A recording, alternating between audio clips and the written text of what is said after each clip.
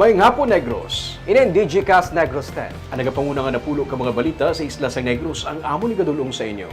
Update nyo kami live via Facebook, YouTube, kag sa KK Channel 11. Nagbabatian mo kami sa FM station nga 91.1 FMR Bacolod. Kagyari na ang top 10 nga mga balita sa Negros subong adlaw. Poster sa buhok, kilay kag bigote pareho sang iya ni Mayor Bing Laria nagalapta sa dalanon sa Bacolod. Duha ka mga construction workers patay matapos malumos sa suba. Nag-awol nga katapos ang Philippine Marines ginaresto matapos mamahog sang delivery rider. Ginapatian smuggled nga mga sigarilyo na-recover sa Philippine Coast Guard sa baybayon sang ilog. Kag sa Good Vibes, kampanya para mangin renewable energy hub ang isla sa Negros ginlunsar.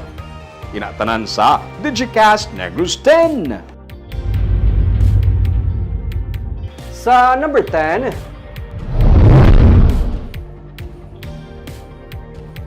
Intertropical Convergence Zone nagadala sang ulan sa Negros Island region.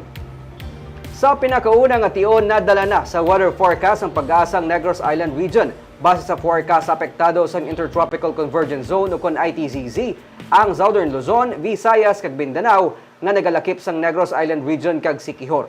Sunod sa pag-asa, wala sang weather disturbance sa sulod kag sagwa sang Philippine Area of Responsibility. Pero posible ang mabunok nga pag-ulan. Ginpaandama ng mga nagapuyo sa kabukiran nga mag-ulo aligmat batok sa landslide. Kag ang mga malapit sa baybayon, kag sa kasubaan nga mag-ulo aligmat batok naman sa baha.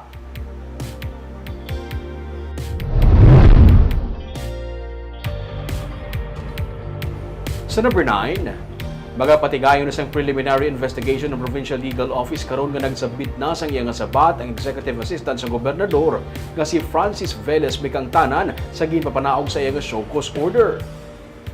Sunod sa kay Attorney Alberto Nelias Jr. matapos nga mabato nila ang sabat ni Velez, madasun nga patigayunon amo ang preliminary investigation kag kun mahuman na ini ila ini gasabit sa gobernador upod na ang mga recommendation.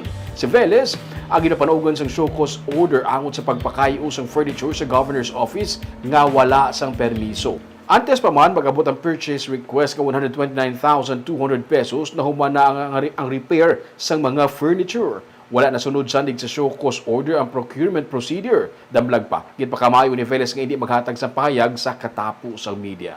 Because it's a position of trust and confidence, so the administrative rules do not apply. So whether or not there is grounds for termination.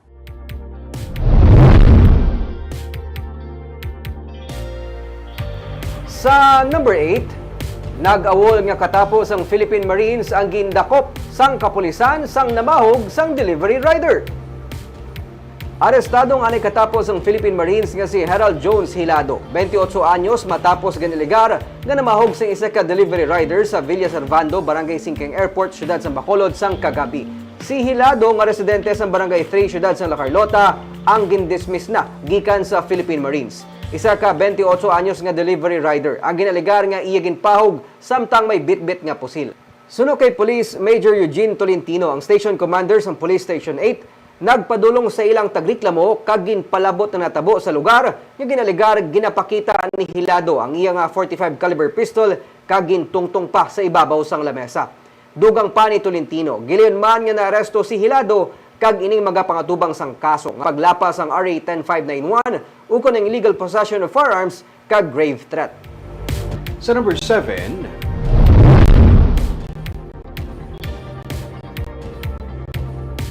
ginapatian yung mga smuggled yung mga sigarilyo na recover sa Philippine Coast Guard gikan sa baybayon sa Banwas ang ilog.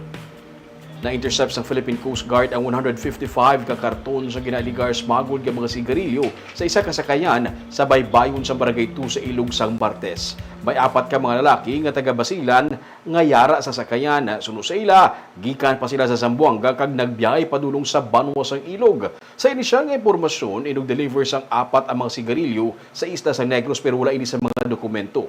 Kinausisa pa karon sa otoridad ang ginhalinan kag kundiin ini pangdalon.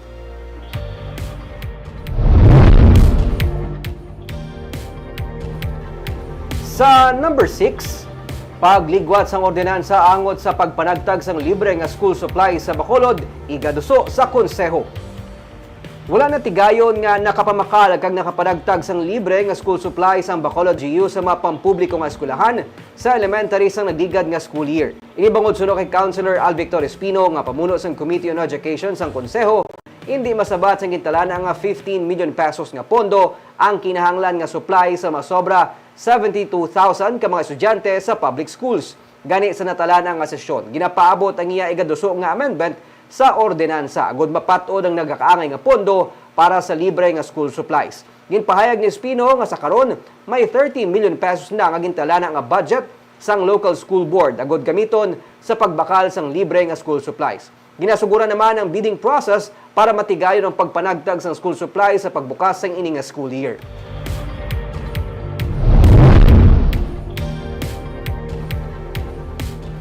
Sa number 5, isa ka 21 anyos sa ginaligarit sa ka-drug personality sa Kabangkalan City, patay sa pagpaniro. Patay ang 21 anyos kasi Cedric Harnga alias Udong nga ginaligarit sa ka-drug personality matapos inigintiro sa wala pa makilalaan nga persona sa Purok 6 Barangay Bantayan, Kabangkalan City kay inasang aga. Sa inisyal nga investigasyon sa Kabangkalan PNP, nakabati sang linupok ang mga pumuluyo sa lugar, pasado las 2 ang kaagahon kag nakita na lamang ang dugoon nga biktima kag may mga igo sang bala sa ulo kag paa. Nagaparayon pang investigasyon sa kapulisan kag ginalantaw nga posible personal ang motibo sa pagpatay sa biktima.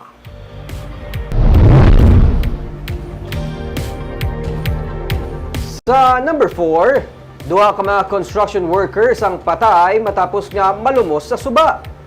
Patay Sanday Andrew Cordero, 20 anyos, kag Yantor Yerson, 19 anyos, matapos malumos sa suba sa Barangay Buena Vista, syudad sa Himamaylan, kainasang aga. Ang mga biktima, taga Talisay kag Bacolod City. Sunod kay Police Lieutenant Colonel Anthony Grande, ang Chief of Police sa Himamaylan City PNP, nagpadulong sa suba si Cordero. Apang wala ini nakahibalo nga badalom ang suba. Kabangdaran nga ining nalumos kagiliyon nga nangayo sang bulig sa iya mga kaupdanan. Kung sa diin, si Yanson ang nagbulig sa iya. Dugang pa ni Grande, nalumos ang duwa kag halos 3 ka oras antes nakitang ilang mga lawas bangod nga ginsaradaan ng dam sa suba. Giliyon sila nga gindala sa ospital apang gindeklarar nga dead on arrival. Nagagawa man sa investigasyon sang PNP nga isa ka quarry site ang suba kabangdanan nga ini ang madalom.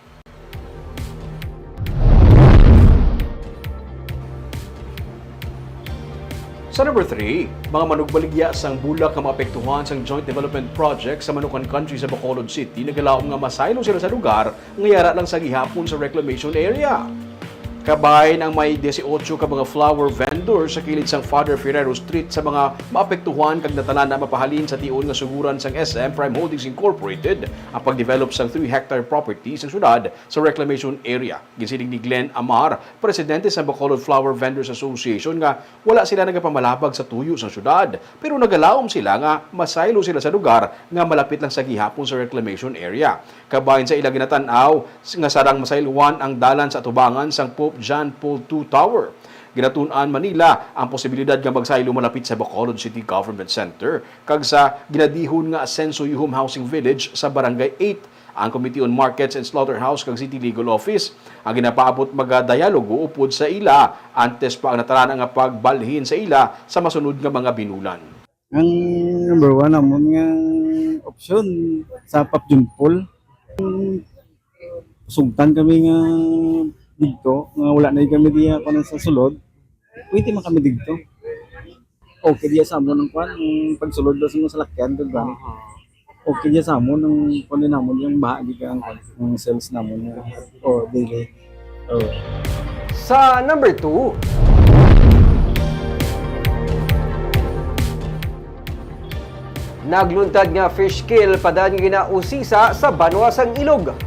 Sunog kay Gideon Padilla ang pamuno sa Municipal Disaster Risk Reduction Office sang Ilog, mga 2 ka semana nang nagligad sang may ginreport nga nakitaan nga mga nagkalamatay nga isda sa suba sang Ilog. Hindi man makabig suno sa iya nga massive ang fish kill. May ginpatigan nga sampling ang Barangay 2 sang Ilog kag gin-analyze ang Negros Prawn Producers nga laboratory. Ugaling suno kay Lucia Salazar, ang supervising specialist ng DENR Senro, in question ang resulta sa among nga analysis bangod ang sample ginkuha sang June 10, June 14 na na-endorse sa laboratorio. Kung tani sa sulod sang 6 ka oras, humalin sa ginkuwang sample, dapat na pa-analyze ini. Posible suno kay Salazar nga na-contaminate ang sample. Ginaduso karon ang liwat nga pagpatigayon sang sampling suno kay Salazar nga pamunuan sang BFAR. Upod ang ila talatapan kag iban pagid nga ahensya agud to mapatod ang intunaan sang fish kill. Kag sa numero 1 sa mga balita subong nga adlaw.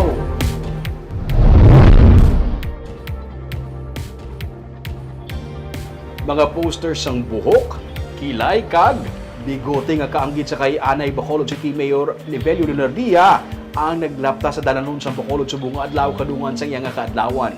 Sunod sa iya Anay Executive Assistant nga handa sila nga suportahan ang Anay Alkalde kung magbalik ini sa politika kaupod ang Grupo Progreso. May report si Nico Delfin. Ginpang tapik sa mga poste sa dalanon sa Bacolod ang mga posters nga may sketch sang buhok, kilay kag bigote. Kaanggid sang iya ni Anay Bacolod City Mayor Evelio Leonardia. Bisan si Ernie Pineda nga nagserbe executive assistant sadto sang alkalde nakibot sang iyaman makita ang mga litrato nga para sa iya nagapatimaan sang kahidlaw sa mga supporters nga nagahulat siya pagbalik sa politika. Sa gihapon dili damo isang tawo nga nagahulat lang sa iya sa pagdesisyon kung wala nagagan pa siya o kung hindi. Isang sa iya, magagalit siya po sa katalogod ang mga posisyon.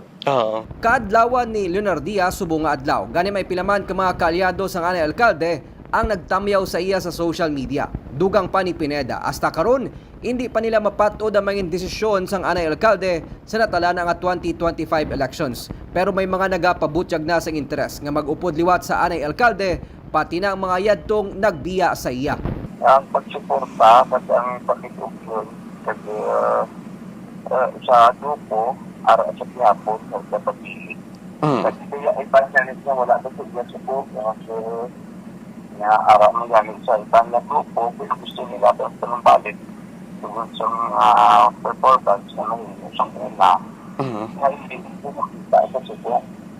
Pero wala nagbuya sa mga ngalan si Pineda. Sa isa ka pagtalilipon upod sa katapos ang media, nagpahayag ang Anay Alkalde nga anything is possible sa masunod nga local elections. Nico Delfin para sa DigiCast Negros.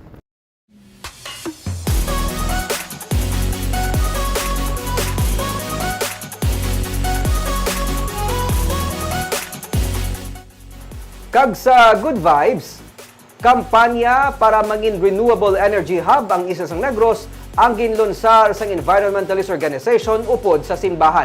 Yari ang report. Ang 16 kilowatt solar power installation project sang Central Philippine State University si Palay Campus pinalang sa mga nakabulig sa balayran sa kuryente sang eskwelahan kag nakapasanyog sa kampanya sa pag-amlig sa palibot.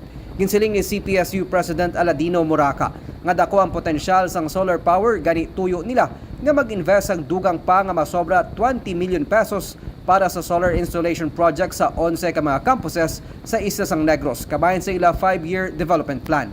Ang pag-reduce sa bill is one, but ang contribution naton sa nature dako-dako nga bagay amo nang fulfillment namon mo.